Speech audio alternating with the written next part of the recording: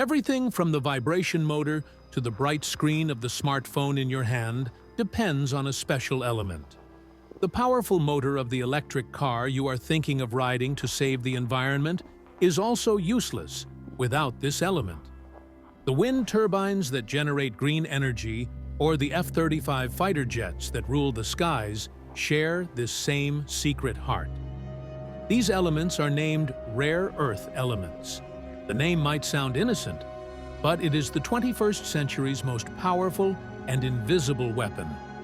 And almost 90% of this weapon's supply chain is controlled by a single country, China. Just think for a moment. What would happen if China stopped exporting these elements tomorrow morning? The production lines of companies like Apple, Tesla, and Toyota would shut down. America and Europe's dreams of green energy would be shattered. Even the Pentagon's most modern weapons would become useless. This is not a fictional scene. This is the story of a real and ongoing invisible war. This story is about how a country systematically established a monopoly over an essential resource. This story is about a fatal strategic mistake by the Western world, for which they are regretting today. In today's episode, we will dive deep into this invisible war. We will learn what are rare earths, why are they important, and how is China preparing to use this resource as a geopolitical weapon? Let's break a misconception right at the start. The name rare earth elements is quite confusing. These 17 chemical elements, meaning 15 lanthanide elements along with scandium and yttrium, are actually not that rare on Earth.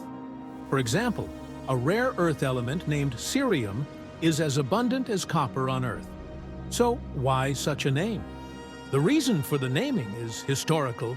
In the 18th and 19th centuries, when they were first discovered in mines in Sweden, they were found as oxides within rare minerals, from which separating them was extremely difficult. So, scientists named them rare earths. The real power of these elements lies in their unique magnetic and light-emitting capabilities. Mixing a small amount of neodymium and praseodymium with a common stone turns it into the world's strongest permanent magnet. This magnet makes electric car motors small, light, and extremely powerful. Elements like terbium and europium make your phone screen bright and colorful.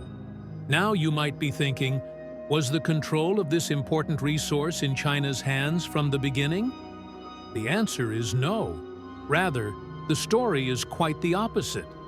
From the mid-20th century until the 1980s, the undisputed leader in rare earth production was the United States. California's Mountain Pass mine was the world's largest and main source. America didn't just lead in mining, but also in its complex processing and research. Back then, China was just a minor producer. But two major events completely changed this picture. First, environmental concerns. The process of separating elements from rare earth ore is extremely toxic. This process creates massive amounts of radioactive and acidic waste, which severely harms the environment. In the 1970s and 80s, as environmental awareness grew in America, public opinion and government regulations against such polluting industries became stricter. The waste management costs for the Mountain Pass mine multiplied many times over. The second and most important reason was China's long-term strategy. In 1987, China's then Supreme Leader Deng Xiaoping made a groundbreaking remark that the Western world failed to grasp that day.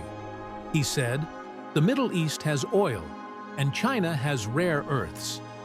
This single sentence was the blueprint for China's strategy for the days to come. They realized that future technology would depend on these elements, and whoever controlled this supply chain would have the power to control the world. After this, China started investing in this industry very systematically.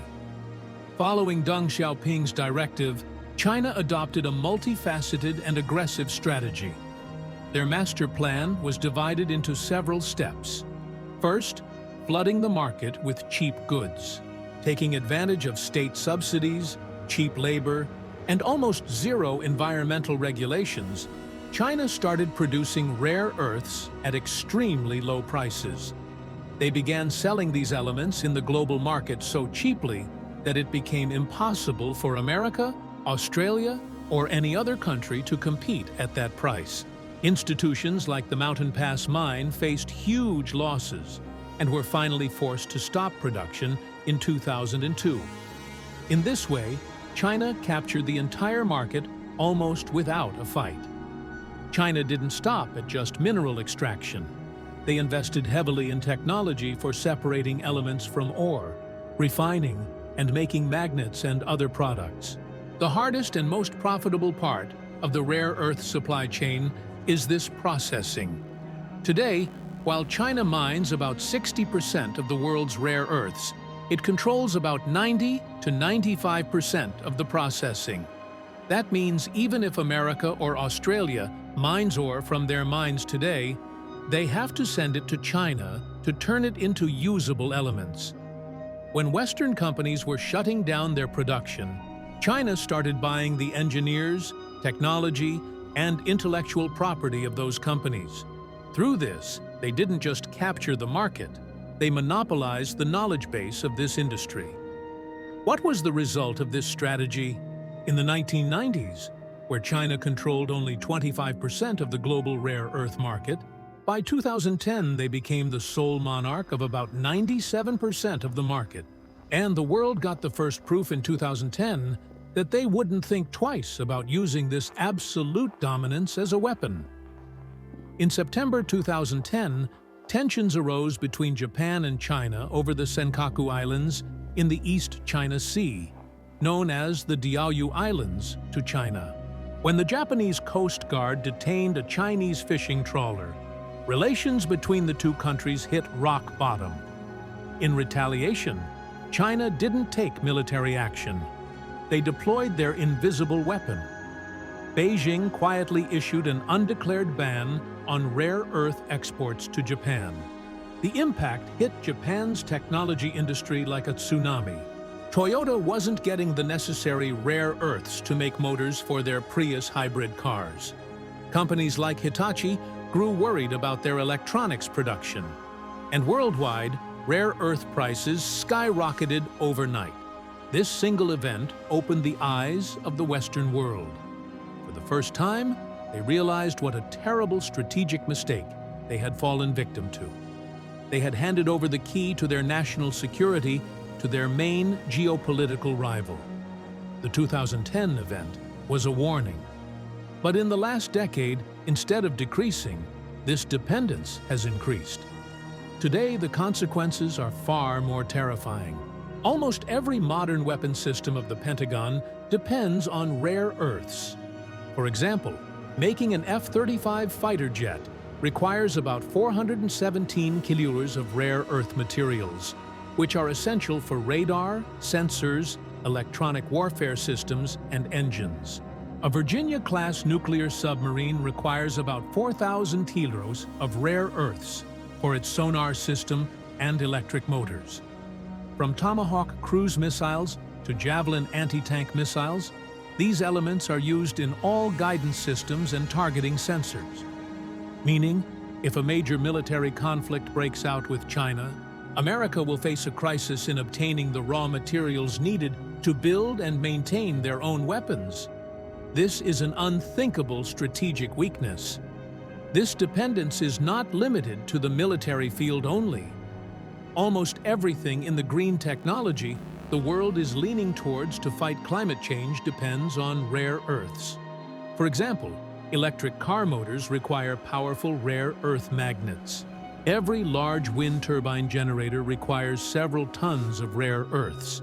Therefore, if China stops the supply, it will become impossible for the Western world to meet their carbon emission reduction targets. Needless to say, this will give China massive bargaining power in climate change discussions and treaties. Fiber optics, smartphones, laptops, medical imaging machines, or MRIs, robotics, there is no modern technology untouched by rare earths. By controlling this supply, China effectively holds the power to control the pace of global technological innovation. After the shock of 2010, the Western world, especially America, has slowly started waking up from its slumber. They realize there is no way but to get out of this invisible dependence. Over the last few years, they have started a multi-front counterbattle to break China's monopoly. America's Mountain Pass mine, which once shut down, has been restarted with new investment and technology. It is now North America's only active rare earth mine.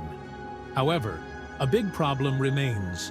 Even if they can extract ore from the mine, they still depend on China to process it. Although recently, they have started work to build their own processing plants. Outside China, the biggest name in rare earth production is Australia's Lynas Corporation. They have a huge processing plant in Malaysia. To reduce dependence on China, the Pentagon and the US government have made multiple agreements with Lynas and are funding the construction of a new processing plant in Texas. Besides, the search for new rare earth mines is ongoing worldwide. Large reserves have been discovered in Australia, Canada, Vietnam, Brazil, and even Sweden in Europe. Huge amounts of rare earths are believed to be under the ice of Greenland, which has sparked new geopolitical competition among world powers. Even research is heavily ongoing for technology to recycle or reuse rare earths from old electronics. Scientists are trying to create new types of magnets or materials where the use of rare earths will be less or not needed at all. However, these researches are still in the preliminary stages. But this battle is not easy at all. The massive industrial infrastructure and technological expertise China has built over the last 30 years is almost impossible to catch up to in just a few years.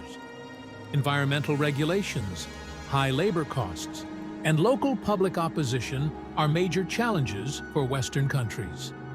This invisible war, this race, is actually a race against time.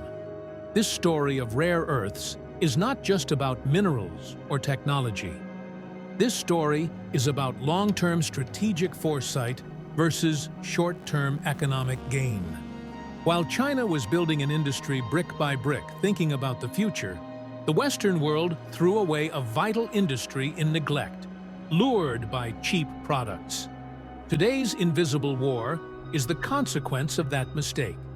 China hasn't fully used this invisible weapon yet, but there is no guarantee they won't, if necessary.